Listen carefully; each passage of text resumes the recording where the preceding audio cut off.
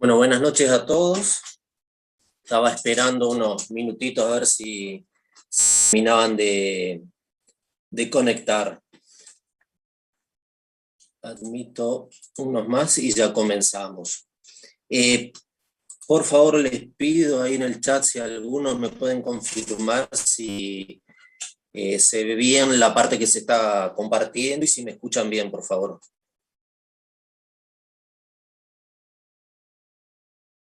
Bien, gracias chicos los que están contestando. Una aclaración, porque todavía veo gente que está fuera en la sala de espera. Uno de los requisitos que pedíamos justamente para ingresar al aula era que se identifiquen. Hay gente que está con el nombre del dispositivo o no está identificada, con lo cual yo no los voy a admitir en el curso hasta que no se identifiquen con nombre y apellido para saber quiénes son. Porque hay algunos Motorola LG o LG tal, o Motorola, Samsung, o 745 no sé cuánto. Bueno, por favor, ustedes no, porque ya están adentro, pero si alguno hace el comentario de por qué no puedo ingresar, justamente es por el hecho de que no están identificados. Bien. ¿En qué consiste esta segunda parte y el porqué de poner impuestos? Ustedes con el contador Villalba estuvieron viendo la primer parte, comenzaron con un par de clases, todo lo que tiene que ver con la cuestión de finanzas. Acá nosotros vamos a ir directamente a la parte tributaria, a la parte de impuestos. Todos los impuestos, si ustedes miran en el programa, van a ver que es muy amplio lo que abarca la parte tributaria, porque abarca la parte de consumo, la parte de patrimonio, la parte de rentas. Como es imposible en esta carga horaria desarrollar por completo todo, nosotros vamos a hacer hincapié solamente en la parte de consumos, la parte de consumo nacional, provincial y municipal. Antes de comenzar todo lo que tiene que ver con el desarrollo de esta parte específica de los tributos, vamos a hacer todo un encuadre de lo que son los recursos del Estado vinculado a lo que nosotros queremos llegar a la parte tributaria, los elementos de la obligación tributaria, quiénes pueden ser sujetos, contribuyentes, etc. Vamos a llegar a una parte que todos los años lo hacemos lo mismo, que es previo al ingreso en la cuestión de los impuestos, que hace unos pequeños ejercicios de contabilidad, pero enfocado exclusivamente en la parte de IVA. Te van a decir, pero ¿para qué vamos a hacer contabilidad si vamos a hacer IVA? Bueno, es justamente para ver por qué en una venta el IVA se registra de una manera y por qué en una compra el IVA se registra de X manera. Entonces, ubicándonos qué representa en la operación de venta el IVA, qué representa en la compra la operación el IVA, abrimos una puertita para poder ingresar y hacer el desarrollo del tributo. Depende cómo estemos con el tiempo, quizás comencemos con la parte de IVA hoy. Si no, directamente va a ser el martes de la semana que viene. Con lo cual, si todavía no tienen la ley, por favor traten de conseguir la ley y el decreto reglamentario. Puede suceder que tengan la separata esa de repar, que ahí tienen la ley y el decreto actualizado, o pueden bajarlo de internet, la ley, el decreto se puede bajar completo, lo van a tener que imprimir, anillar, bueno, hay que ver qué es lo que le sale en definitiva más barato, pero sí es importante tener la ley y el decreto actualizado, si bien no hay demasiadas actualizaciones, pero hubieron algunas, por lo tanto, sí o sí lo van a necesitar para poder desarrollar la parte de los prácticos, que ya les voy a dejar en el aula virtual los prácticos actualizados para cuando empecemos a ver los prácticos. Recuerden que para no aburrirlos, como es la parte virtual, todas las clases de Contador Villalba, todas las clases mías después, por eso estamos mezclando. Pero seguramente la clase de hoy, la semana que viene, van a ser puramente teóricas, después vendrán las clases del profesor Villalba, y bueno, cuando comencemos con los prácticos ya lo van a tener en el aula virtual, y les voy a ir avisando. Cuando hicimos la presentación de la materia, se les decía en esta segunda parte puntualmente que lo que nosotros buscamos era que tengan los conocimientos necesarios para poder tener un elemento, una herramienta de trabajo. No es que van a salir a liquidar impuestos, no es que van a hacer el papel de un contador o el administrador de una empresa, simplemente que tengan los elementos, el conocimiento mínimo necesario, después de tener más conocimiento o no, depende de lo que quieran estudiar, para poder sentarse, ver si esto es una factura legal, si no es legal, si me dice tomar esta factura de compra, registrarla, ¿dónde la tengo que registrar? ¿En qué subdiario? ¿Iba a compra? ¿Iba a venta?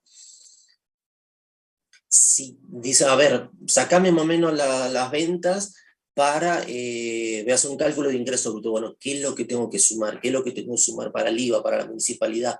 Bueno, toda esa parte. Con lo cual, la ley de IVA, puntualmente, que es lo que primero vamos a ver y desarrollar, nosotros lo que vamos a ir viendo determinados artículos que lo que ustedes van a tener que saber, por eso es importante que tengan la ley, porque recuerden que en la parte de los parciales, en esta segunda parte es teórico, práctico. La teoría es de lo que damos exclusivamente en clase, los temas, tendrán que desarrollarlo, tendrán que profundizarlo con la parte de bibliografía, pero solamente es la parte dada. Recuerden que para poder aprobar el parcial tienen que aprobar las dos partes, la parte de teoría y la parte de práctica. No sirve sacar un 10 en uno y un 2 en el otro porque no se promedia. Con lo cual, ¿a qué quiero llegar? Denle importancia, denle bolilla a la parte teórica. O sea, no subestimen que es simple, que bueno, vamos, como tenemos los PowerPoint, vamos a remarcar, ojo, porque es un poquito más profundo el tema. Bien, vamos a comenzar puntualmente con la clase, vamos a ir viendo determinados aspectos para poder llegar en sí a la parte de IVA. Para los que cursan por primera vez, no es lo más divertido y dinámico las clases virtuales, en impuestos principalmente, pero vamos a tratar de hacerlo lo más llevadero posible. Más teniendo en cuenta el horrible día que está afuera, que está especial para estar en la casa haciendo otra cosa y no escuchando una clase de impuestos. Bien.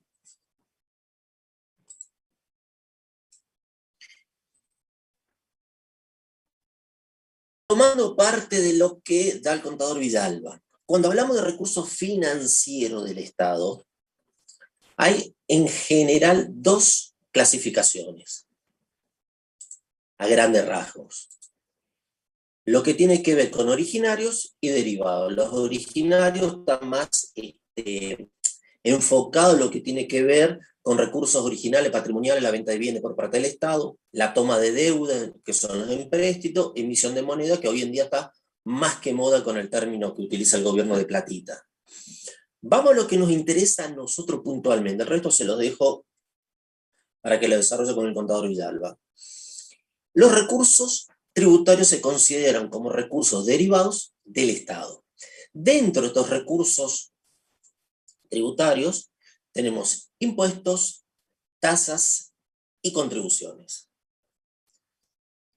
Yo les aclaré en paréntesis que tienen carácter coercitivo. ¿Qué significa? Que el Estado tiene el poder de policía de cobrarlos. Si yo estoy encuadrado en un tributo, una tasa, una contribución, tengo la obligación de pagar y el Estado me puede obligar a pagar en manera administrativa o en manera judicial. Entonces, ¿qué es un impuesto? Es un recurso tributario derivado que forma parte de los ingresos del Estado.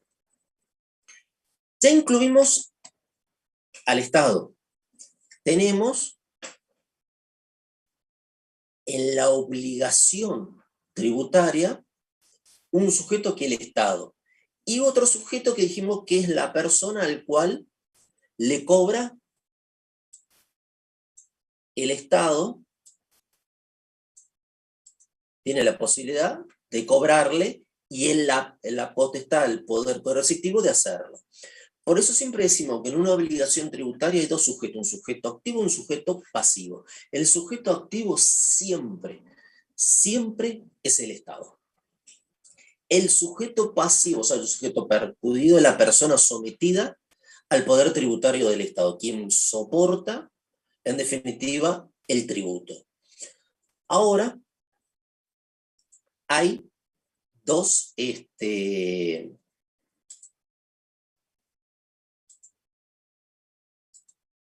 perdón, estaba terminando de emitir gente. Cuando hablamos del sujeto pasivo de la obligación tributaria, puede ser por deuda propia o por deuda ajena. Si decimos por deuda propia, y ahora vamos a ver en el Código de Procedimiento Provincial qué son los sujetos por deuda propia, por deuda ajena, como para poder ubicarnos dentro del Código Tributario, si decimos que es por deuda propia, no hay duda que es ¿quién? La persona humana. Ustedes mismos son responsables de su deuda.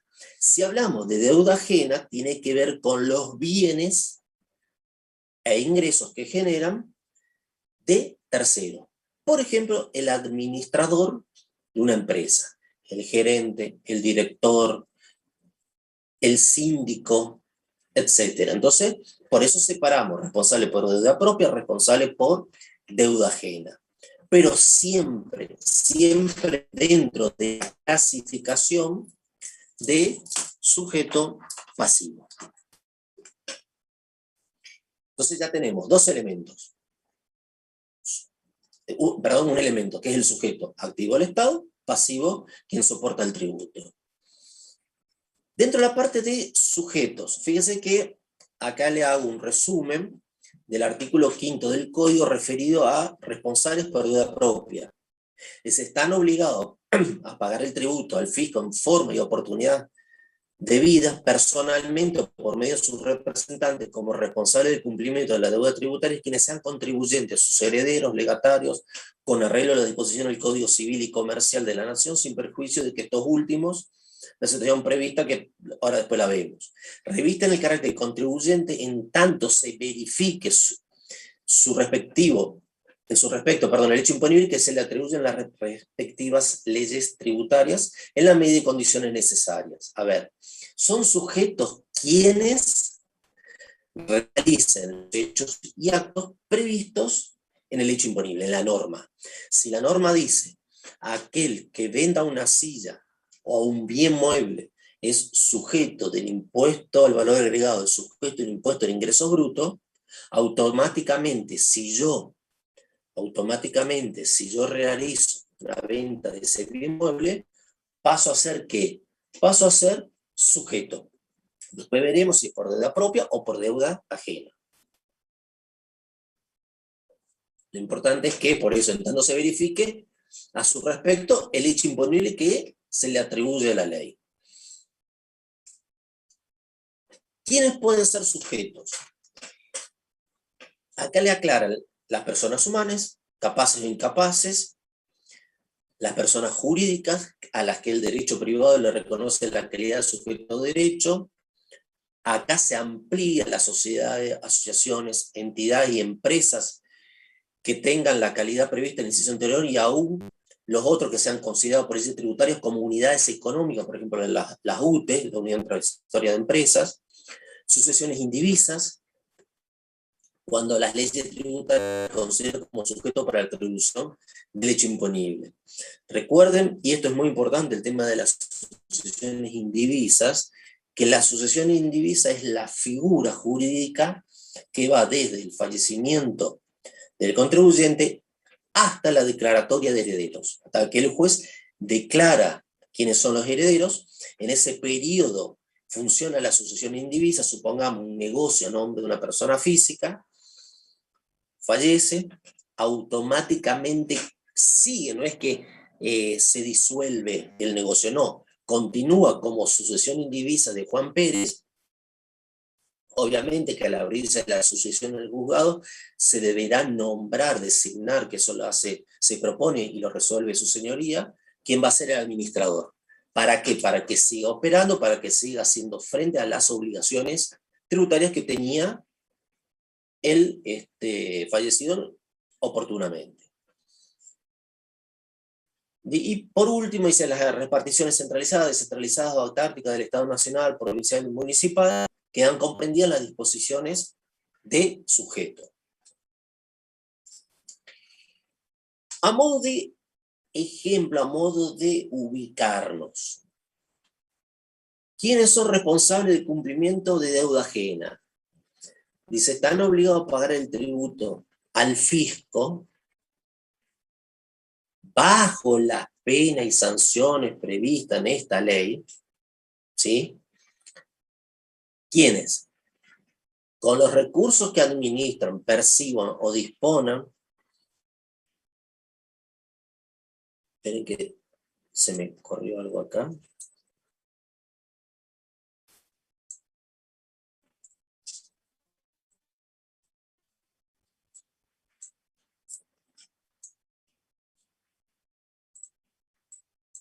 Ahí está, disculpen un ratito. Bien, estábamos con los recursos que administran, ¿sí? Por ejemplo, los representantes, mandantes, acreedores y titulares de bien administrado o en liquidación, etcétera, en la forma de oportunidad que se fije. Todos aquellos que disponen y administran bienes, fondos de terceros. El cónyuge que percibe y dispone de todas las rentas propias del otro, por alguna cuestión que no es capaz, no tiene capacidad de hecho para hacerlo, padres, tutores, curadores de los incapaces y personas de apoyo, etcétera, síndicos y liquidadores de quiebra, directores, gerentes, más representantes de las personas jurídicas, sociedades, asociaciones, etcétera. Esta parte, en cualquier libro de finanzas, lo van a encontrar. En los tres códigos, en las tres partes de leyes, dos en realidad, que vamos a desarrollar la parte de provincial y municipal y el código, la 11683 nacional, tienen bien desarrollados quiénes son los sujetos. Acá simplemente los mencionamos. Ustedes deberán ir a la normativa para ver, profundizar y buscar. Cualquier duda, lo vemos. No lo den por sabido, no lo pasen de largo, por el hecho de que puede entrar como temario para el parcial. ¿Qué más? Como responsables, pregunta, ¿qué normativa es? Nosotros lo que estamos desarrollando ahora, que están consultando Jerónimo, Nicolás, lo que estamos desarrollando ahora tiene que ver con el Código Fiscal Provincial, como para poder ubicarnos acá, el Código Fiscal Provincial en la parte general, no en la parte de ingreso bruto. Esto mismo lo pueden ver en el Código Fiscal Nacional, o sea, la Ley 11683, o la Ordenanza Tributaria, que es el Código Fiscal Municipal. En realidad, en esencia, lo que es responsable por deuda propia ajena es igual a todos.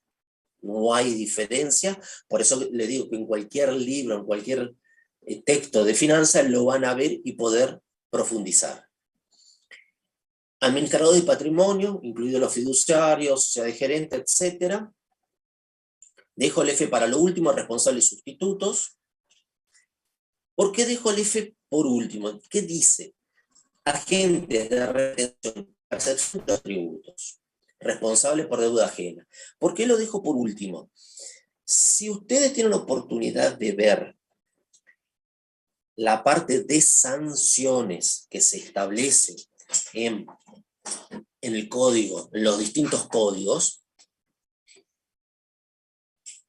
todo lo que tiene que ver con la agente de retención y percepción, las sanciones que ellos cometen, las infracciones que ellos cometen, están sujetos a sanciones más gravosas. ¿Qué significa? Si un agente de retención y percepción se olvidó de retener o percibir, le cabe una multa material, que es un término medio. Ahora, si ese agente de retención y percepción cobró, retuvo, percibió y no deposita, eso es defraudación. La multa puede ser de 2 a 10 veces del monto percibido o retenido. Si a ustedes le dicen a alguien, mire, ¿sabés que no tengo plata y no tengo para pagar el IVA, ingresos brutos? ¿Sabés qué? Voy a pagar el IVA nomás y no deposito las retenciones, total no pasa nada. Al igual que las cargas sociales, las sanciones por no ingresar las cargas sociales, aportes y contribuciones, las sanciones por no ingresar lo retenido y percibido son muy gravosas. Entonces nunca tienen que aconsejar a alguien que no ingrese esas retenciones o percepciones porque entra en la figura de defraudación. Para darle una idea, las multas materiales van de un 20 a un 100% del monto que ingresó. De un 20 a un 100. Las multas por defraudación van de 2 a 10 veces el monto, el monto defraudado, en este caso el monto retenido y no depositado. Entonces, ojo con ese tema, porque es bastante complicado. Si se puede realizar un plan de pago, no existe un plan de pago para retención y percepciones, salvo alguna moratoria en particular que vaya como moratoria, tal vez sí, pero los planes de pago permanente de la AFIP no hay, menos de renta, salvo que renta saque una moratoria, una ley especial, puede haber plan de pago, si no, los ingresos son al contado y no hay posibilidad de compensar retenciones y percepciones. En rentas existe la posibilidad, si uno tiene un saldo a favor en ingreso bruto, de pedir una compensación contra los saldos que en definitiva se tienen que depositar.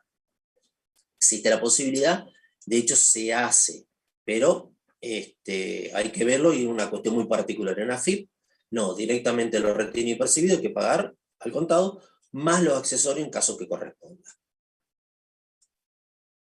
Bien, hecho imponible vimos sujeto activo, sujeto pasivo.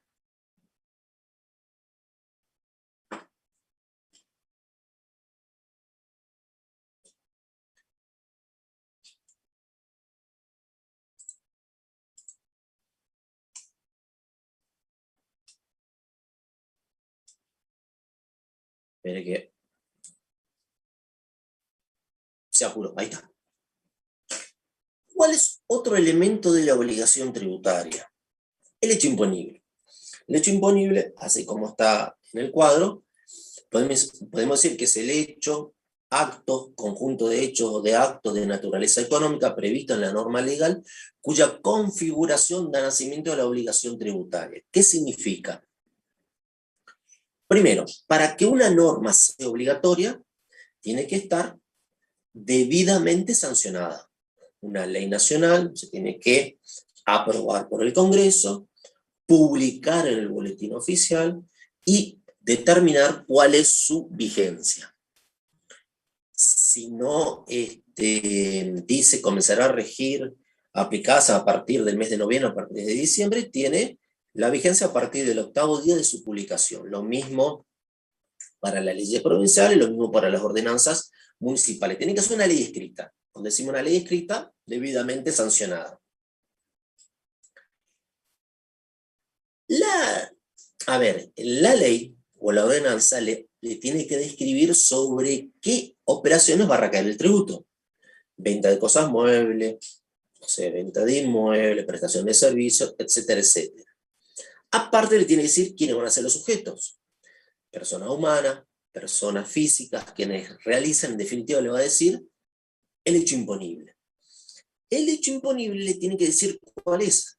¿Qué acto es el que va a realizar una persona para quedar comprendido dentro del tributo? Van a tener el objeto, venta de cosas muebles, prestación de servicio, importaciones, importación de servicio, etc. Le va a decir el hecho imponible. Cuando usted entregue el bien o emita la factura, nace el hecho imponible. ¿Qué significa? Si la norma le dice, vamos a suponer para el IVA que ya lo vamos a ver. Modo de ejemplo. En la venta de cosas muebles, el hecho imponible es la entrega del bien, la emisión de la factura, el que sea anterior. Perfecto. Tengo la entrega del bien, la emisión factura, yo sé que hoy, 28 de septiembre, nace mi obligación tributaria. ¿Qué significa que nazca la obligación tributaria? Tengo que salir corriendo al banco a pagar el impuesto, entro por internet, pago mis cuentas, link, lo que sea, y pago el IVA de esa operación. No. Lo único que significa es que se perfeccionó hoy la operación. Significa que queda encuadrada dentro del periodo fiscal. En el IVA, el periodo fiscal es el mes calendario. En ingresos brutos, el periodo fiscal es el año calendario. Solo que se liquida a través de anticipo que tiene el carácter de acción jurada. Si yo sé que la operación queda encuadrada dentro del periodo fiscal del mes de septiembre, me es importante para saber qué alícuotas están vigentes al momento de nacimiento de la obligación tributaria. Me va a servir para saber cuál es el vencimiento. Me va a servir para saber cuándo prescribe, cuándo el Estado deja de tener la posibilidad, la potestad de cobrarme. O sea, es el momento en que se perfeccionó la operación. ¿Sí? Yo puedo decir que para el IVA la operación queda encuadrada en el mes de septiembre, en el periodo de septiembre. No es que no va de la mano con pagar, es simplemente decir, nació la obligación tributaria, se perfeccionó la operación. Nace para el IVA el débito fiscal. Eso significaría el hecho imponible. La base imponible es de alguna manera la cuantificación de ese hecho imponible. La norma me tiene que decir cuál va a ser la base imponible. Sino cómo yo sé de dónde saco mi base para pagar el tributo. En el IVA le va a decir el hecho imponible, perdón, la base imponible son las ventas netas que surgen de factura o documento equivalente. Mira, ahí tiene la base imponible. En ingresos brutos, la base imponible le van a decir son los ingresos brutos devengados o los ingresos brutos percibidos. Perfecto, le definió la base imponible. Determinó el hecho imponible, de alguna manera lo que hace la norma cuantificar ese hecho imposición tributaria, el sujeto, al hecho imponible y la base imponible. ¿Qué más tenemos como elemento de la obligación tributaria? El objeto de la prestación. ¿Qué es el objeto de la prestación? Es lo que debe cumplir el sujeto pasivo. Si yo digo en un tributo cuál es la obligación, cuál es la prestación que debe cumplir el sujeto pasivo, y no hay duda que tiene que ver con el pago del tributo, el dar una suma de dinero que satisfaga la obligación que tiene por haber quedado incluido en el tributo nacional, provincial o municipal.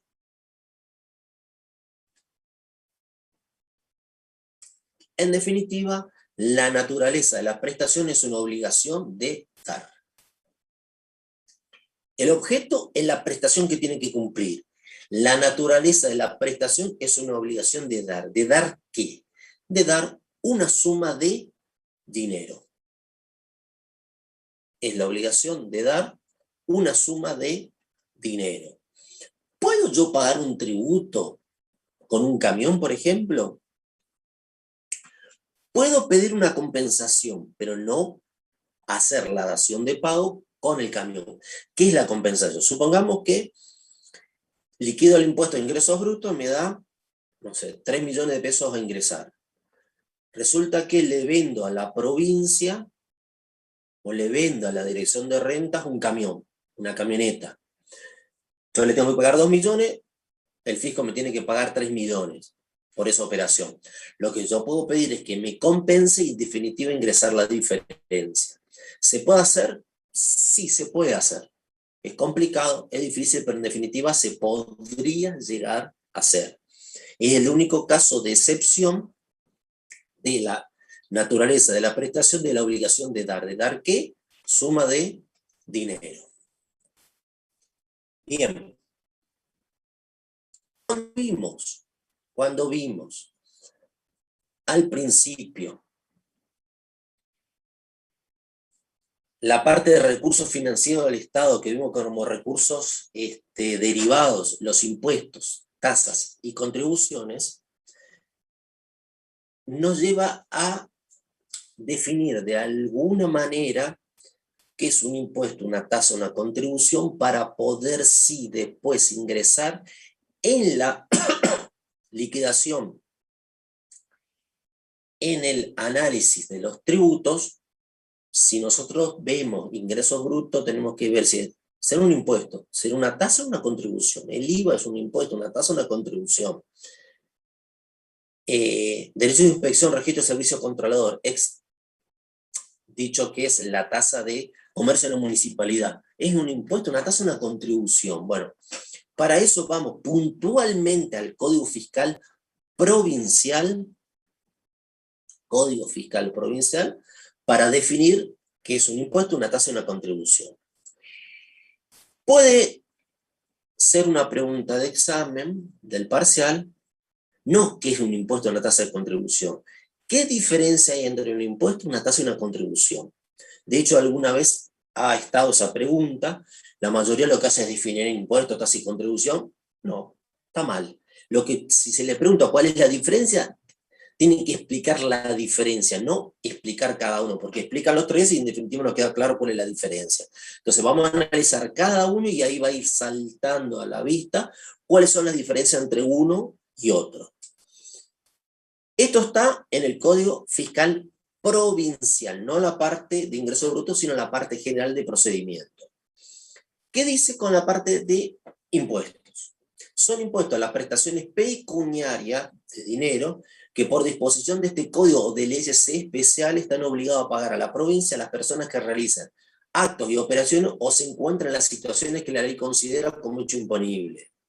Es hecho imponible todo hecho, acto, operación o situación de la vida económica de los que este código o leyes especiales hagan depender el nacimiento de la obligación impositiva. A ver, a modo de resumen, son prestaciones pecuniarias de dinero por disposición del código o de leyes especiales, están obligados a pagar al sujeto activo, o sea, yo como sujeto pasivo le tengo que pagar al sujeto activo la provincia. Recuerde que estamos hablando sobre el Código Fiscal Provincial. Las personas que realizan los hechos y actos, acá personas pueden ser personas humanas, personas jurídicas, por deuda propia, por deuda ajena. Abarca todo. Que realizan los hechos y operaciones que se encuentran en la situación que la ley considera como hecho imponible. Fíjense que yo les dije anteriormente que la norma tiene la obligación, como un elemento de la ley, de definir cuál es el hecho imponible. Entonces, si una persona realiza el hecho o acto previsto en esa ley especial o en el código, automáticamente tiene la obligación de cumplir la prestación pecuniaria al sujeto activo, que es el Estado. En definitiva, si yo realizo un hecho y acto que está previsto en la ley, automáticamente me convierto en sujeto. Por lo tanto, tengo la obligación de ingresar el tributo en la forma y condiciones que establezca la normativa. Y el Estado tiene el derecho la facultad de cobrarme ese tributo que se devengó por el hecho de haber realizado el hecho previsto en la normativa. ¿Cuáles son las características? Bien, es una obligación de dar dinero o cosas, que ya lo estuvimos explicando, emanada del poder de imperio del Estado, lo que supone que es obligatorio y compulsivo. Compulsivo es que el Estado tiene la potestad administrativa, jurídicamente hablando, de cobrarlo. Es establecido por ley, si no, no hay poder de imperio. Se aplica a personas físicas y jurídicas y son sujetos, ¿sí?, quienes realizan esas operaciones o se encuadren, ¿sí?, en las distintas situaciones del hecho imponible previstas en la normativa. Entonces acá tenemos cuáles son las características, que se lo dije a modo de resumen. Realizo un hecho acto previsto en la norma, automáticamente me convierto en sujeto. Automáticamente tengo que ingresar el tributo en la forma, condiciones previstas, y el Estado tiene la forma de cobrar porque es obligatorio y compulsivo. ¿Qué me cambia cuando hablamos de tasas? Las tasas son todas las prestaciones pecuniarias que por disposición del Código de Leyes Especiales están obligadas a pagar como retribución a la provincia a las personas que ésta presta servicios administrativos o judiciales. Eso de contribución en la última palabrita se escapó por ahí. ¿Qué significa la tasa? Son las prestaciones que estoy obligado a pagar al Estado porque el Estado, en este caso provincial, me presta un servicio administrativo o judicial. ¿Cómo sería esto? Por ejemplo, si yo voy a presentar algún escrito en la justicia, voy a realizar algún tipo de denuncia, algún tipo de acto jurídico, me obligan a pagar una tasa jurídica, una tasa administrativa de la justicia. ¿Qué es? Un importe que pago por el servicio que me va a prestar el Estado a través del Poder Judicial. Voy a pedir un libre deuda en rentas. Me dan una boletita que es la tasa administrativa. Es una tasa que le pago a la provincia por el servicio que me presta. El típico, alumbrado, barrido o limpieza o tasa de inmueble municipal. ¿Qué es? Lo que yo tengo que pagar en forma obligatoria porque el Estado me presta un servicio. Alumbrado público, barrido, o sea, limpieza de las calles y recolección de residuos. Algunos me pueden decir, sí, pero yo vivo en una calle de tierra y no tiene luz y me cobran. Bueno, se puede de alguna manera pelearlo, decirlo de manera elegante, porque no me están prestando los servicios que me están cobrando. Ese es el típico servicio tasa de inmueble. Por ahí van a ver que llega una boletita de la municipalidad que vence los 10 del mes siguiente, que es tasa de inmueble. ¿Qué es? Alumbrado, barrido y limpieza. Perfecto. Acá aprendo qué sería una contraprestación. La contraprestación es lo que estoy explicando. El Estado me brinda un servicio administrativo, supongamos, como le dije, a través de renta, un servicio jurídico a través del Poder Judicial, o el alumbrado, barrido y limpieza a través de la municipalidad. Mi contraprestación es pagar ese servicio recibido. A diferencia del impuesto yo, por el solo hecho de realizar una operación prevista en el hecho imponible, soy sujeto. Acá, para que yo sea sujeto, tengo que recibir una prestación de parte del Estado. Si yo recibo esa prestación, estoy obligado a pagar.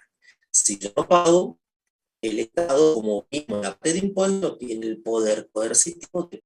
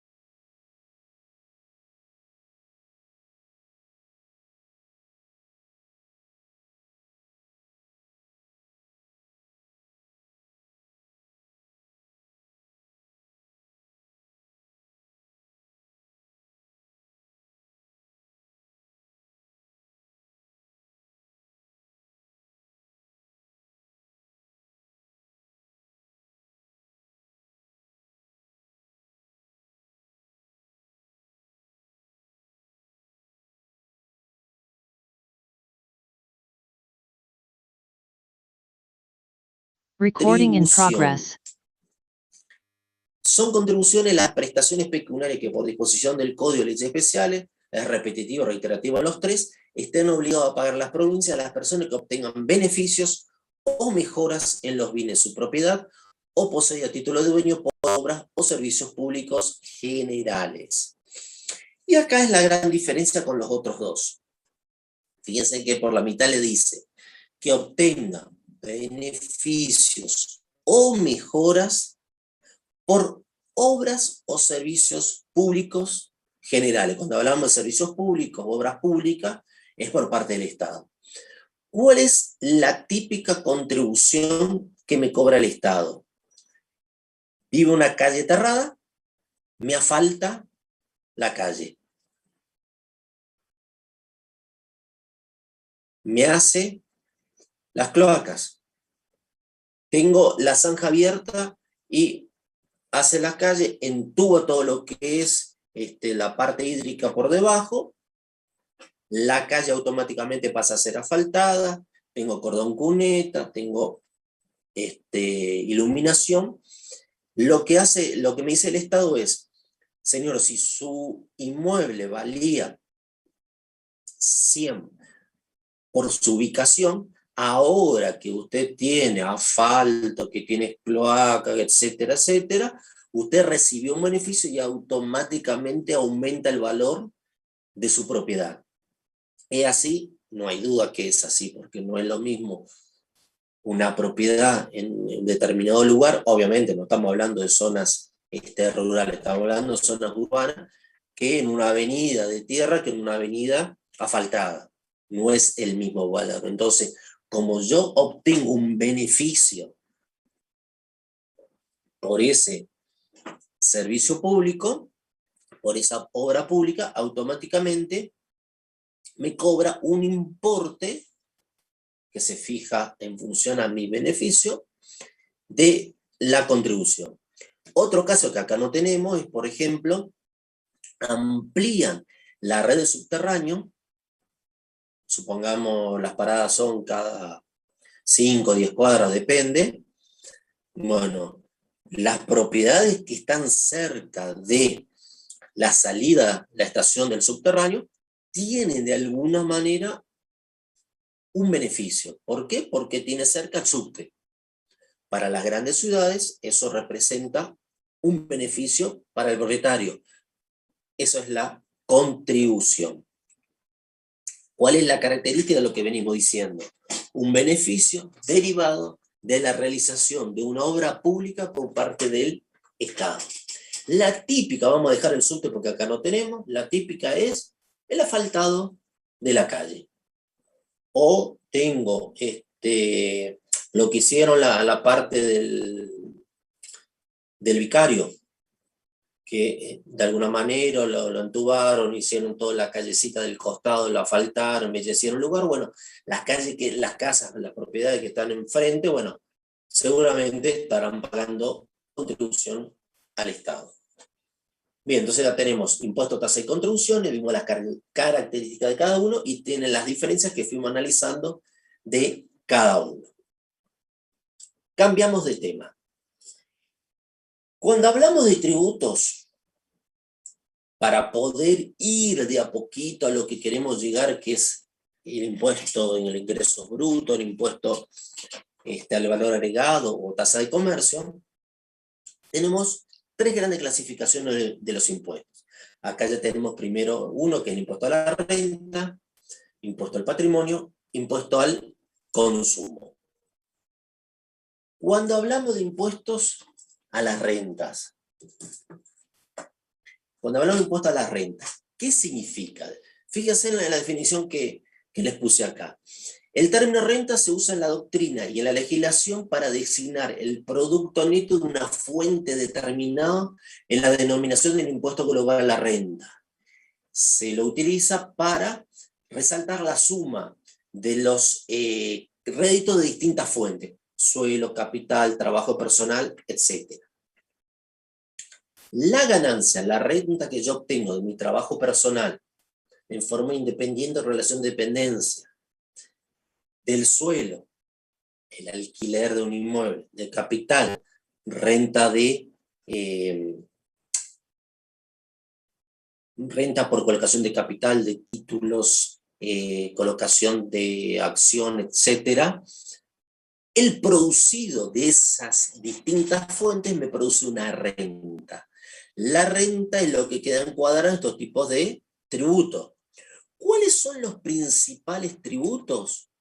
No hay duda que lo principal es el impuesto a la ganancia. Persona física, persona jurídica. El impuesto a la ganancia es un tributo anual. Para las personas físicas es el tributo que se liquida por las rentas obtenidas entre el 1 de enero y el 31 de diciembre. Y tiene una forma de liquidar a través de 4 categorías de rentas.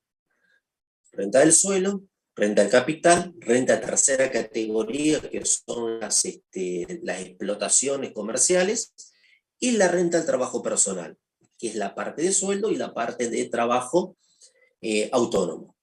En cambio, el impuesto a las ganancias de personas jurídicas, el periodo fiscal es coincide, mejor dicho, con el balance comercial. O sea, ¿cuál es el periodo del balance? Si el balance cierra el 30 de junio, el tributo se liquida hasta el 30 de junio.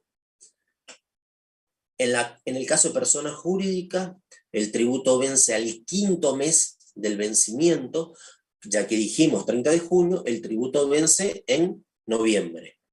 Si mi balance cierra en diciembre, el tributo vence en el mes de mayo. Siempre es al 5º mes subsiguiente. En cambio, personas humanas comenzó venciendo en abril, pasó a mayo, pasó a junio y ahora terminó venciendo en julio. Julio y una parte de agosto. En definitiva, este año fue en agosto, el año pasado fue en julio. ¿Por qué abril, mayo, junio, julio? Bueno, porque hay una sencilla razón. Se hacen cambios en el tributo y la AFIP, como todo se liquida en forma online, tiene que tener el aplicativo online operativo. Entonces, generalmente, si está por vencer en junio, 10 días antes, ponen operativo. Cuando el sistema está operativo, tiene fallas, tiene problemas, entonces lo van prorrogando. Bueno, no importa. En definitiva, todo lo que tiene que ver con la renta del suelo, del capital, del trabajo personal, es lo que denominamos impuestos a la renta. ¿Cuál es el impuesto a la renta? El impuesto a las ganancias. Persona física y jurídica. ¿Por qué lo separamos? Porque si bien en esencia en la misma ley, tienen cosas diferentes en cuanto a la forma de liquidar, en cuanto al periodo, en cuanto a las alícuotas, etc. Bien, pasamos al tributo siguiente, que es el que nos interesa ahora a nosotros. Impuesto a los consumos. El impuesto a los consumos lo que grava en definitiva es la capacidad contributiva que se manifiesta a través de la renta gastada o dispuesta. son, en definitiva, aquellos tributos que gravan al consumidor de un determinado bien. ¿Quién es el sujeto percudido en los consumos? El consumidor final. Si ustedes van al supermercado, ¿quién es el definitivo el que termina pagando el IVA? El consumidor. ¿Quién es el definitivo que termina pagando ingresos brutos? El consumidor, porque se lo recargan el costo. Entonces, lo que recae de impuestos de consumo es la capacidad contributiva que se manifiesta a través de la renta gastada o dispuesta. En definitiva, ¿sí?, el que termina siendo sujeto, por decirlo de alguna manera, es el consumidor determinado bien, que es el sujeto percudido. ¿Cuáles son los principales tributos? Impuesto de valor agregado, impuestos sobre el ingreso bruto y los impuestos internos que, a nivel nacional, que son, el impuesto interno son los impuestos que gravan bienes suntuosos. El combustible que no es suntuoso, los autos que cada vez están alcanzados, la gran mayoría no son los autos de lujo, sino ya los de término medio-bajo, las bebidas alcohólicas, etcétera, cigarrillos, etcétera. Lo que a nosotros nos interesa y nos vamos a centrar es impuesto al valor agregado, impuestos sobre los ingresos brutos. Por último, impuestos patrimoniales. A diferencia de lo anterior, ¿qué es lo que grava? Los valores patrimoniales de una persona que pueden o no generar renta. Fíjense que una de las características de estos impuestos que adoptan la base patrimonial, igual en vez de la base de renta, es la sustitución de renta efectiva por la renta potencial. ¿Qué es esto de sustitución de renta potencial de una efectiva? Si yo tengo un inmueble, supongamos, yo tengo una renta efectiva que me genera ese inmueble. Por ejemplo, el alquiler. En cambio, para los impuestos patrimoniales me genera una renta potencial porque yo tengo que pagar sobre ese inmueble independientemente que me genere una renta o no. Por ejemplo, tengo un inmueble destinado a alquilar. Durante todo el año, por la pandemia, por la mala situación económica, no lo pude alquilar. Igual voy a pagar impuesto patrimonial sobre una renta potencial que pude haber obtenido. En cambio, si lo tengo alquilado todo el año, voy a pagar la renta, el impuesto a la renta, y además voy a pagar el impuesto patrimonial, pero en definitiva tuve una renta efectiva, me genera una renta efectiva y no una renta potencial. ¿Cuáles son los principales tributos patrimoniales? Impuestos sobre los bienes personales y ganancia mínima presunta. Impuestos a bienes personales lo pagan únicamente las personas humanas. Hay un régimen de sustitución, que son los bienes personales societarios, que pagan, las acciones, el capital sobre las acciones, cuotas sociales, para el impuesto sobre los bienes personales está exento. No paga. Si una persona tiene participación en una sociedad, no paga por esa participación, pero la sociedad va a pagar por su activo y se lo va a cargar en la cuenta de los accionistas. En definitiva, los accionistas, los socios, terminan pagando, porque cuando distribuyan utilidades le van a descontar esa parte que, por el régimen de sustitución, pagó la sociedad a nombre del socio o accionista.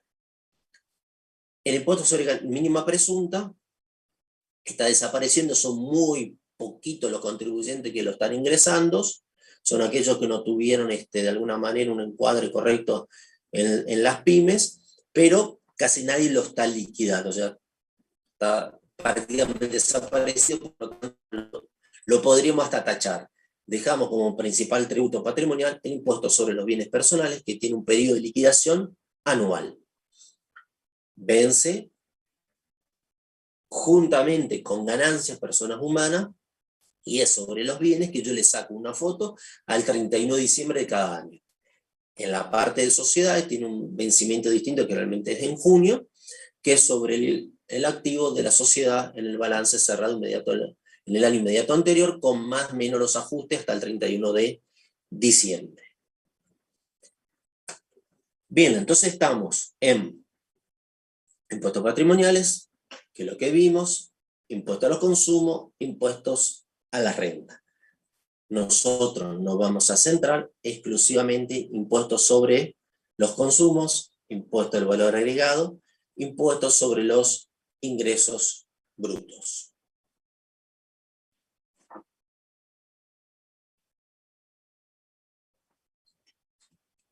Un segundito porque tomo un poco de aire, es una hora que estoy hablando. ¿Qué más? Por ahora toda esta parte es muy teórica, por ya está aburrida, pero bueno, tengan paciencia que en algún momento va a llegar lo más divertido. Bien, vamos a la parte que yo les dije de registración contable del IVA.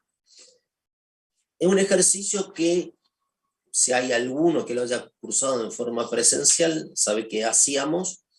Yo le presentaba el caso, le daba unos minutos porque cada uno lo desarrolle para ver qué se acuerda de contabilidad o qué sabe.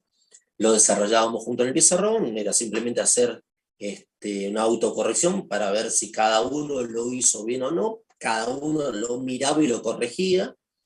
No había ninguna corrección por parte mía. Y acá, bueno, como es virtual, solamente lo voy a poder desarrollar yo, pero le planteo el caso, traten de imaginarlo y lo desarrollamos. ¿Qué es lo que busco con esta de registración contable del IVA?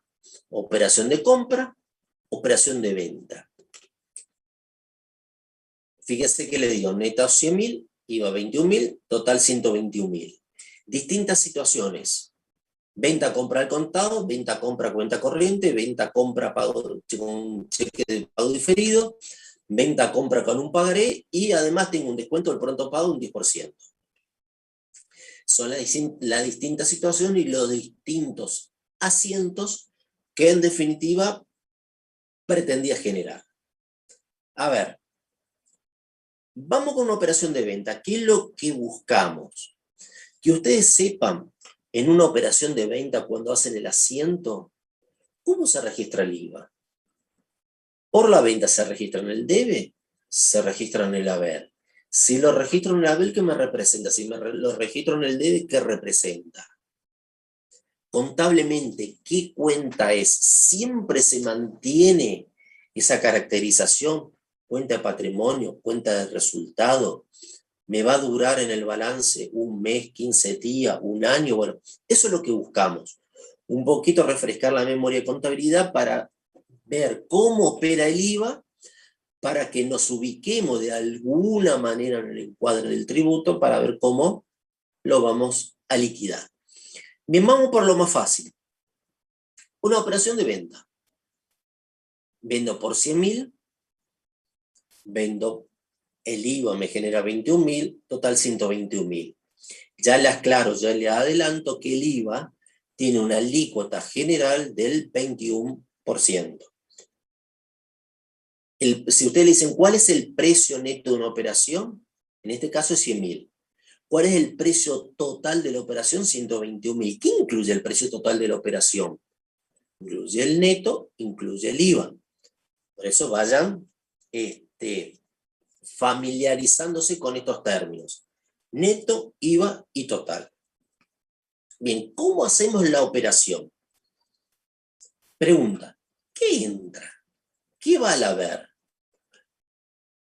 La venta puede ser al contado, cuenta corriente, cheque pago diferido o con un pagaré. En definitiva, la cuenta que ingresa es la misma. Ingresa al contado, puede ingresar efectivo, puede ingresar un cheque al día, puede ingresar una transferencia en el banco, puede ser en cuenta corriente, deudores varios, puede ingresar un cheque pago diferido, ya tener un cheque en cartera, un pagaré, documentos a cobrar, pero en definitiva todos se encuadran de la misma manera. ¿Cómo sería? Operación de venta. Fíjese en caja, banco, deudores varios, documentos a cobrar, 121.000. ¿Qué ingresa? 121.000. Bien, acá en el chat pusieron cómo es caja, a IVA, débito fiscal. A caja no. No se termina, José, de entender lo que pusiste, pero en definitiva acá es a caja, IVA y a venta. Venta de mercaderías y IVA. Vamos por la primera parte. En el debe, caja, banca, deudores, no hay duda que es una cuenta patrimonial de activo. Ingresa efectivo caja, ingresa una transferencia a banco, me ingresa un cheque en cartera, un cheque de pago diferido, me puede ingresar un crédito, deudores varios, un crédito. ¿Por qué? Porque es cuenta corriente. ¿Qué es la venta de mercadería? Es una cuenta de resultado positivo. Voy a ir acumulando en esa cuenta todos los resultados positivos que me generan esa venta. Siempre lo que va al balance es neto de IVA. Nunca una compra, una venta incluye el IVA. El IVA no forma parte del precio de la operación. Por lo tanto, se lo registra aparte. Cuando yo digo el precio de la operación, ¿cuánto es? ¿Por cuánto vendí? Por 100.000 más IVA. Entonces, lo que va al balance como resultado positivo es 100.000. ¿Cuánto compré? 100.000 más IVA. Lo que va a la cuenta de compra es 100.000. La cuenta IVA débito fiscal. Por eso ya figura débito fiscal. Cuando yo vendo, la operación me genera un débito fiscal. Ese débito fiscal es una cuenta de pasivo. Automáticamente, hoy supongamos 28 de septiembre, yo hago este asiento, va a ser pasivo esos 21.000. ¿Hasta cuándo voy a mantener en el pasivo ese importe de 21.000? Lo voy a mantener hasta que haga el asiento de devengamiento del IVA. El día 31, el día 30, voy a hacer mi asiento, débito fiscal, crédito fiscal, después le agregamos retención y percepciones, IVA a pagar o saldo a favor IVA.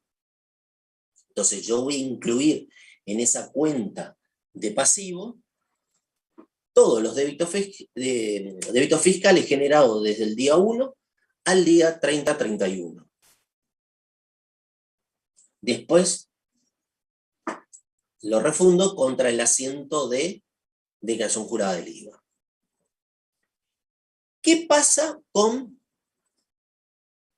esta parte que yo le había puesto al final? Descuento por pronto pago. ¿Qué pasa si yo vendo en cuenta corriente?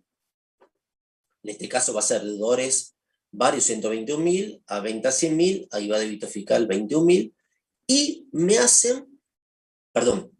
hago, porque estoy vendiendo, un descuento por pronto pago porque la operación era 30 días y vino a los 5 días y me pagó. Entonces digo, perfecto, me pagaste antes, te voy a hacer un descuento del 10%. ¿Cómo registro ese descuento? Cobranza con descuento. Va a surgir todo y ahora empezamos a analizar. ¿Cuánto? Primero, ¿qué sale? ¿Qué van a haber? Los 121.000 de deudores varios. Tenía 121.000 como cuenta a cobrar, cancelo 121.000, me queda en el mayor 0 la cuenta de deudores varios. ¿Qué ingresa? Caja banco por 108.900. Recuerden que hice un 10% de descuento. ¿Cuánto es el descuento? 10.000. ¿Sobre qué lo calculo? Sobre el precio neto. 100.000 por el 10% es el descuento. Esa cuenta de descuento otorgado, ¿qué cuenta es contablemente hablando? Una cuenta de resultado negativo. Yo voy a tener como resultado positivo ventas 100.000, como resultado negativo descuentos otorgados 10.000. El neto, si fuera la única operación del balance, va a ser 90.000 como resultado positivo, 100 menos 10. Tengo el 10% del IVA. ¿Por qué lo incluyo en el debe con la cuenta IVA crédito fiscal? Y acá empiecen a analizar, empiecen a ver este tema, porque es un tema bastante conflictivo que le puede traer problemas en el desarrollo del IVA. La ley del IVA le dice, cuando ustedes realicen una venta que me genera débito fiscal y emitan una nota de crédito por descuento, quita, bonificación o devolución, ese IVA de esa nota de crédito me genera un crédito fiscal. Repito, la ley de IVA dice, si ustedes realizan una venta que les genera débito fiscal y emiten una nota de crédito por descuento, quita, bonificaciones, automáticamente me genera un crédito fiscal. Igual quédese tranquilo porque cuando vayamos al artículo 11 y 12 de la ley, lo vamos a desarrollar este tema. Simplemente que contablemente los descuentos por venta me generan crédito fiscal. Los descuentos por compra me generan débito fiscal. Por eso, si yo es la única operación que tengo en el periodo, tuve la venta que me generó un IVA de 21.000, voy a tener como crédito fiscal 2.100. La diferencia de 18.900 va a ser mi saldo de declaración jurada.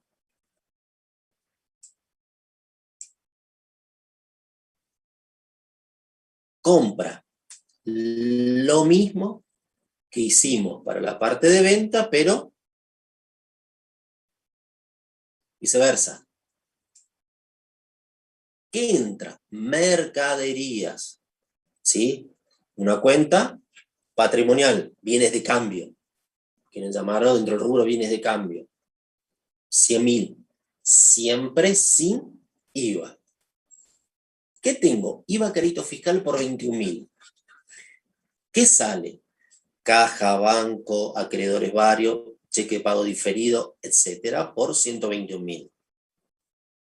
Si yo compro en cuenta corriente, va a ser a proveedores varios, acreedores varios. Si pago al contado, va a ser caja. Si pago con una transferencia, va a ser banco. Si pago con un cheque diferido, acreditaré valores en cartera. Esa cuenta de mercadería va en el rubro bienes de cambio. Esa cuenta de IVA me genera un crédito fiscal que yo lo voy a ir devengando del día 1 hasta el último día del mes. Lo mismo que hice para el IVA débito fiscal en el pasivo, esto lo hago para el activo. ¿Hasta cuándo voy a mantener ese activo? Hasta que haga el asiento de la declaración jurada. Ahí refundo todos los créditos fiscales contra los débitos fiscales. Recuerden que el IVA es un tributo que yo voy a hacer sustracción de los créditos fiscales con respecto a los débitos fiscales que me genera la operación. Si yo compro en cuenta corriente acreedores varios por 121.000, pago antes de término y me hacen un descuento, el descuento opera en forma y viceversa de la operación de venta que hicimos. ¿Cómo sería? Saldo acreedores varios por 121.000, descuento obtenido 10.000, IVA 2.100, caja banco 108.900. Tenía en el haber 121.000 por la compra en cuenta corriente, cancelo 121.000, acreedores varios igual a 0. Descuento obtenido 10.000. ¿Qué cuenta es descuento obtenido? Es una cuenta de resultado positivo, que después contablemente lo puedo netear de las compras para reflejar el valor real de las compras, ningún problema. ¿Por qué en el pasivo 2.100 de IVA débito fiscal? ¿Cuál es la razón que yo incluyo en el pasivo ese valor? La ley de IVA les dice, cuando ustedes, a través de las compras de bienes, servicios, etcétera, le hubiera generado crédito fiscal, y reciban una nota de crédito por descuento, quita bonificaciones, repito, y reciban una nota de crédito por descuento, quita bonificaciones, esa nota de crédito les va a generar un débito fiscal. A ver, te van a decir, pero yo compré por 10.000, 2.100 de débito, ¿por qué no declaro la diferencia? 18.900. No, la ley de IVA le va a decir, 21.000 va a ser el crédito fiscal, 2.100 le va a sumar a los débitos fiscales. Si ustedes declaran como crédito fiscal los 18.900, o sea, los 21 menos los 2.100, está mal. Sí, pero yo llego al mismo saldo, sí, es cierto, llegan al mismo saldo, pero la liquidación está incorrecta. Por eso le digo, vayan estudiando este tema, vayan familiarizándose, después lo vamos a dar en profundidad con el artículo 11 y 12 de la ley, pero las ventas me generan débito fiscal, las notas de crédito emitidas me generan un crédito fiscal, las compras me generan un crédito fiscal y las notas de crédito recibidas me generan un débito fiscal. Este era un pequeño ejercicio que veníamos haciendo para refrescar los conocimientos. Obviamente que ahora no lo podemos hacer porque no tengo forma de ver quién hace o quién no hace. Entonces, lo hacemos, el que por ahí se lo va imaginando, le sacará provecho, y el que se limitó a copiar, bueno, lo estudiará de memoria. Antes de pasar al tema de IVA.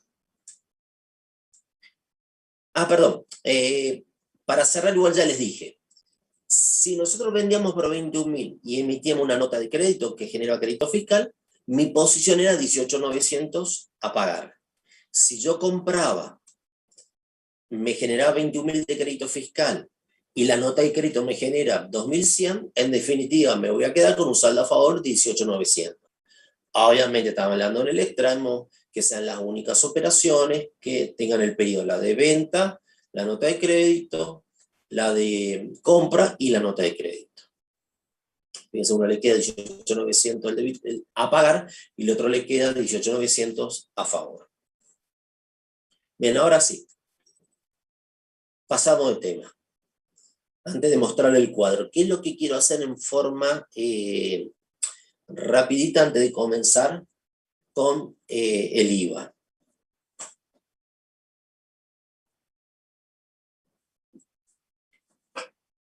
Encuadrarlos en la parte de factura. Como vamos a hablar de operaciones de responsable inscripto a responsable inscripto, a un monotributista, a un consumidor final, a un sujeto exento, compra con IVA, compra sin IVA, factura A, factura B, factura M. O sea, vamos a empezar a trabajar esos términos, qué precio neto, qué precio total. Bueno, lo que vamos a hacer es un pequeño encuadre de cómo es la emisión de factura según el sujeto en cuestión, para poder de esa manera tener presente la forma que se factura, la forma que se discrimina o no el IVA, para poder llegar a el encuadre del IVA. Ahora sí, vamos al cuadro que ya le había mostrado parcialmente. Emisión de comprobante según el contribuyente. Partimos de la condición del IVA, frente al IVA de responsable inscrito. ¿Sí? Salvo operación de exportación, que es puntual. El IVA, el responsable inscrito, ¿a quién le vende? ¿Y qué factura puede emitir? Tenemos responsable inscrito, a exentos, no responsables, consumidor final, monotributista no categorizado. ¿Cómo es esto? Un responsable inscrito, cuando le vende a otro responsable inscrito, le puede hacer factura A, factura con leyenda, factura M. ¡Wow! ¿Qué es esto? Es la misma factura que le hace al responsable inscrito, solo que según la autorización del fisco puede ser una factura A, puede ser una factura con CBU o puede ser una factura M. Bien, cuando el fisco autoriza factura A, M o la O o A con CBU. Cuando ustedes comienzan la actividad tienen que pedir autorización para emitir factura. La autorización tiene que estar acompañada de una declaración patrimonial. Si yo adjunto la declaración jurada de bienes personales, automáticamente el fisco me va a autorizar la A. Si yo presento un título de propiedad porque no estoy alcanzado todavía por bienes personales, o un título de auto, puede ser que supere el monto mínimo, que es el de bienes personales, y es una vivienda que no está alcanzada en bienes personales, pero tiene una exención muy alta, un mínimo no imponible muy alto, me va a autorizar a. Si no llego patrimonialmente porque no tengo una propiedad, tengo solamente un rodado que no alcanza el mínimo de bienes personales, me va a autorizar A o M. Yo tengo que optar factura A con CBU y se paga un CBU informado o factura M. La diferencia entre uno y otro tiene que ver con la A con CBU, es que todos los pagos que me realicen para que sean válidos, para que mi cliente se pueda computar el crédito fiscal, me va a tener que transferir, me va a tener que depositar a la CBU informada. Yo no puedo cobrar en efectivo. ¿Lo puedo hacer? Sí. Yo no tengo problema, el problema lo va a tener el que me compra, que no se va a poder computar ni el gasto ni el IVA. Y está sujeto a régimen general de retenciones. La factura M, en cambio, la diferencia es que me van a retener el 100% del IVA y el 3% de ganancia, pero lo puedo cobrar en efectivo. Tengo que analizar cuál de los dos me va a convenir hacer. Si yo tengo un comercio, un servicio que opero mayormente con consumidor final, de hecho es que me va a convenir operar con factura M. Bien, la factura B, ¿para quién queda? Cuando le vendo a un exento, a un no responsable, a alguien que está fuera del objeto del IVA, a un consumidor final y a un no categorizado, que son aquellas operaciones que me hacen presumir que la persona no es consumidor final. Me compra, yo vendo bicicleta y me compra 20 bicicletas. Bueno, obviamente que no está comprando para regalar, ni salvo que sea el Estado, como ahora estamos preelección y regalamos cualquier cosa. Pero si viene una persona y dice, no, yo soy consumidor final, compro 20 bicicletas, de hecho que la está comprando para vender. Bueno, eso es la sujeta, la condición de no categorizado. Y hay un cambio sustancial que son las operaciones con monotributistas. Después en los prácticos les vamos a ir señalando cómo lo vamos a desarrollar. Y la modificación que hubo a través de la resolución 5003 de la FIP, las operaciones con los monotributistas se debe realizar a través de factura A. Cambio, en vez de ser factura B, se le hace una factura A con el IVA discriminado. Si bien está prorrogado hasta el 31 de diciembre para poder poner en condiciones los sistemas informáticos, de hecho que quien ya lo tiene lo está realizando y las facturas a monotributista son una realidad y se vienen realizando. O sea, no solo van a ser facturas a responsable inscrito, sino facturas a los monotributistas. Ahí les dejo sentado en la resolución. Está derogado, no está derogado, está prorrogado hasta el 31 de diciembre la posibilidad de adecuar todos los sistemas para su facturación. O sea, va a ser en definitiva obligatorio para todo el mundo a partir del 1 de enero del 2022. ¿Qué más tenemos? Todo lo que son exentos monotributistas, salvo operaciones de exportación, a cualquier sujeto le va a hacer operaciones, le va a hacer comprobante de tipo C. Todos los sujetos que no sean responsables escritos van a emitir factura, recibo, comprobante de tipo C. Obviamente que los monotributistas, los exentos no tienen IVA, entonces le van a facturar a un responsable inscrito, le van a facturar a un monotributista, le van a facturar a un consumidor final con factura de tipo C. Y lo que siempre veníamos excluyendo, que eran las operaciones de exportación, se emiten facturas de tipo E. La factura es para los exportadores.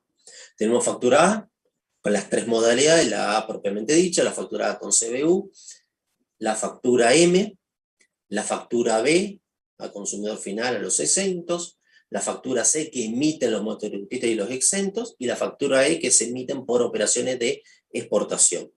Lo importante es tener en cuenta es que únicamente en las facturas de tipo A se discrimina el impuesto.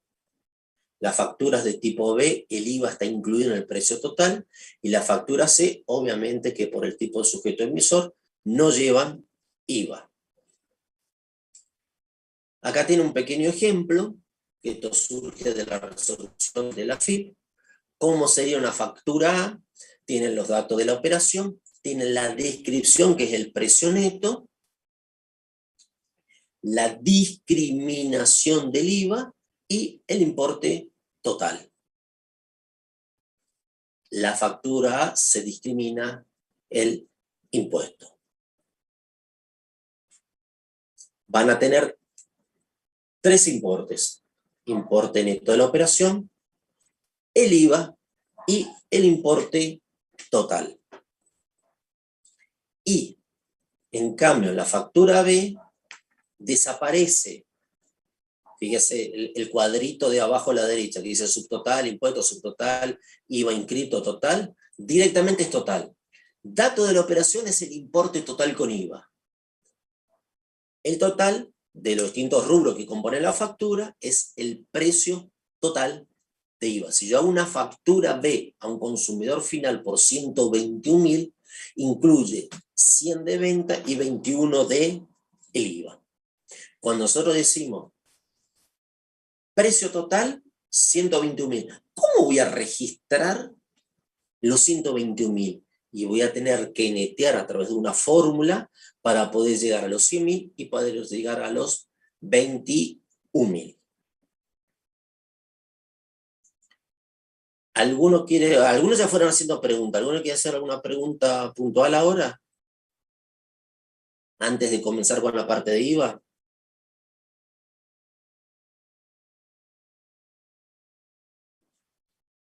Silencio. Está bien, fue un poco densa, un poco densa este tipo de clase. A partir de la clase que viene con el impuesto, bueno, viene un poquitito más entretenido, hay que reconocer, más el día que no ayuda a nada, bueno, no tengo forma de verlos, la mayoría estará un poquito más aburrido. ¿Qué nos quedaría? La parte de IVA. A ver, vamos a mirar un poquitito, las 21 horas. Bueno, vamos a hacer lo siguiente. Para no liquidarlo, y yo ya me estoy quedando sin voz.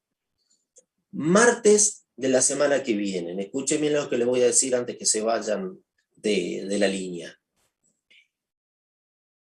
Por favor, traigan, o sea, tengan consigo, no hay que la costumbre sí traigan a clase, tengan consigo mismo para poder ver la ley y el decreto reglamentario del IVA. ¿Por qué? Porque vamos a empezar a desarrollar la ley de IVA conjuntamente con el decreto reglamentario y solamente vamos a ver determinados artículos, por ejemplo, del artículo 7, que es largo, del artículo 28, que es largo, solamente algunos incisos. Entonces pueden ir marcando, pueden ir viendo cuáles son los temas que van a entrar en teoría y cuáles son los temas que van a tener la necesidad de profundizar, ¿sí?, su estudio, su análisis. Entonces, por favor, martes que viene, traigan la ley de IVA.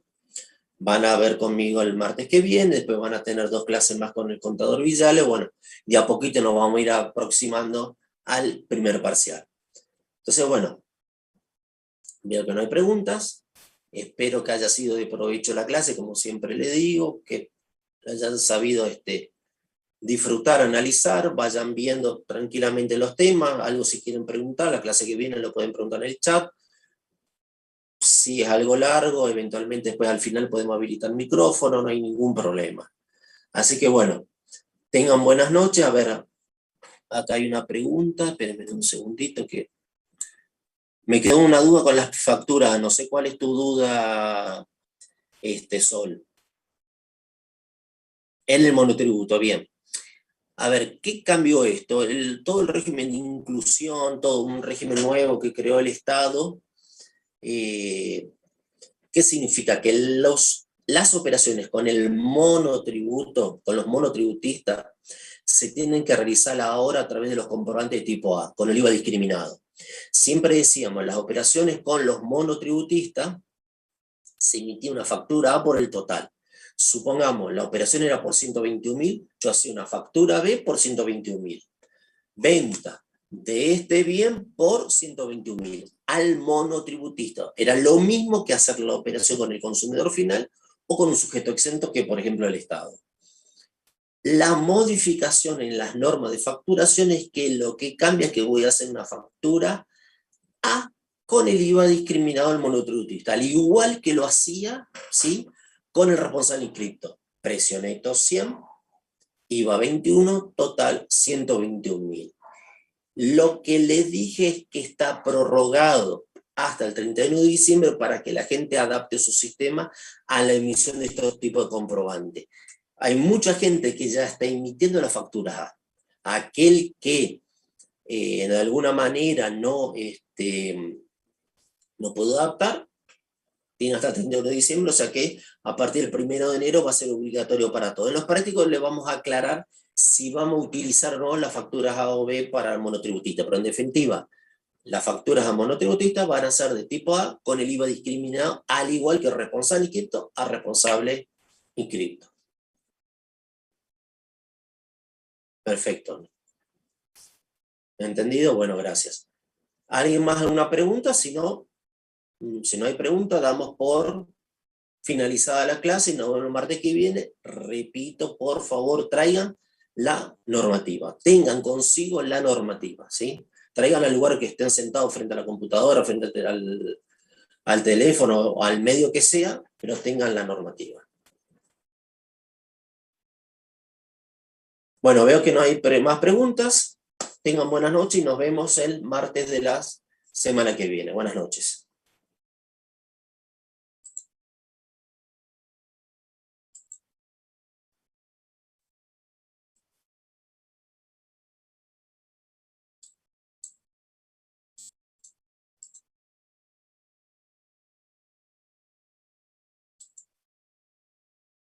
Recording stopped.